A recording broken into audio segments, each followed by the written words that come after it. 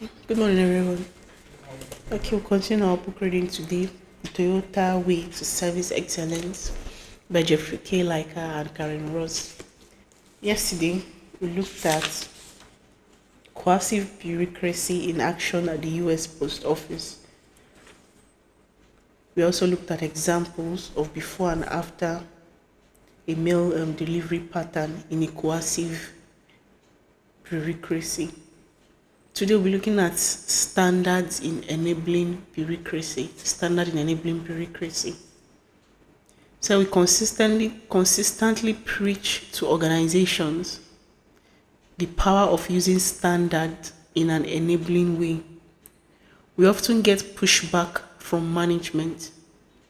You mean standard becomes suggestions and people without professional training can change them however they want? One of the underlying causes of this concern is a misunderstanding of what we mean by a standard. In the Toyota Way field book, we separated different types of standards into a house structure, shown in figure 6.4. As you can see, there are standards defined outside the organizations adopting the standards. These include safety and environmental standards defined by the government. The standards are not to be tampered with as they are the law. They are turned into a standard specification by internal specialties such as the Corporate Safety Office and the Corporate Engineering Department. Again, specifications are not to be tampered with unless there is approval of the changes. What brings these standards to life is standard work, which very much should be tampered with to improve it. Organizational learning not only can coexist with standards, but actually depend upon standard methods. If there are no standards, then people have the freedom to do the job however they see fit. If they come up with what they think is better way, they can use that method as an individual, while others can disregard the improvement. Learning means we try something and study it, and if it's a better method, whoever does that job will follow the preferred method until a better one is identified.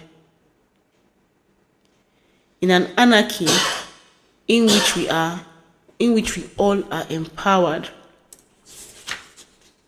to do our own work, individuals may learn, but this will rarely translate to organizational learning.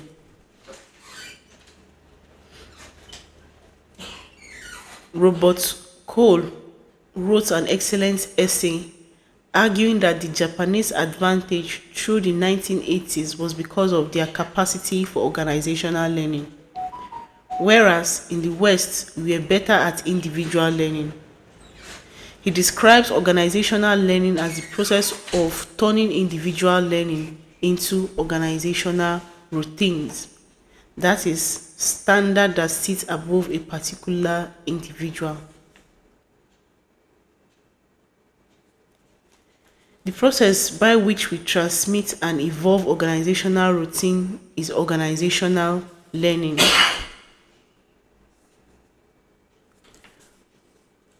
We, of course, can learn good and bad things.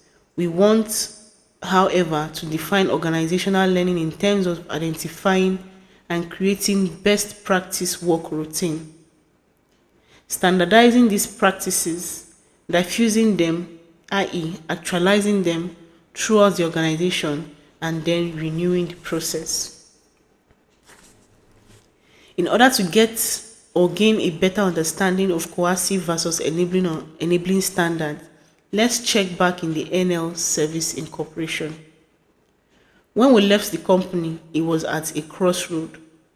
Continue to work organically with Leslie, focusing on satisfying the customer and teaching people how to identify problems and strive for constant improvement, or hire a big box consulting firm to speed up the lean transformation and please shareholders who favor a quick return on investment.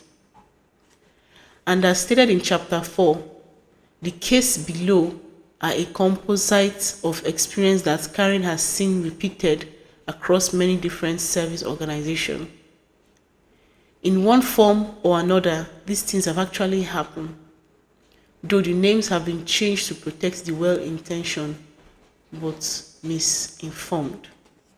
Okay, this is where we'll stop for our reading today, explaining to us what standards in an enabling bureaucracy means. So it's all about organizational learning, not just individual learning, using organizational learning to change some certain things or adopt some kind of certain standards in an organization. Okay. So in an like the book where I said it defines standard outside the organization, that is adopting. So I'll take that again. Okay, you said that there are standards that are defined outside your organization, adopting the standards, and this standard including the safety. When you're considering standard, includes the safety and the environmental standard, and the rest of it. It talks about the laws, the policies that are put in place for things to, work effectively.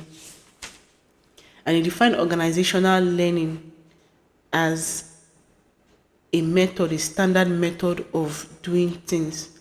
So organizational learning cannot just coexist with standard, but it can actually depend on standard method. What are the methods? What are the processes an organization use to do things? Do they learn new things? Do they study new things? Do they bring out better ways of solving problem? That is organizational learning, not individual learning. So in enabling bureaucracy, it promotes organizational learning, not individual learning.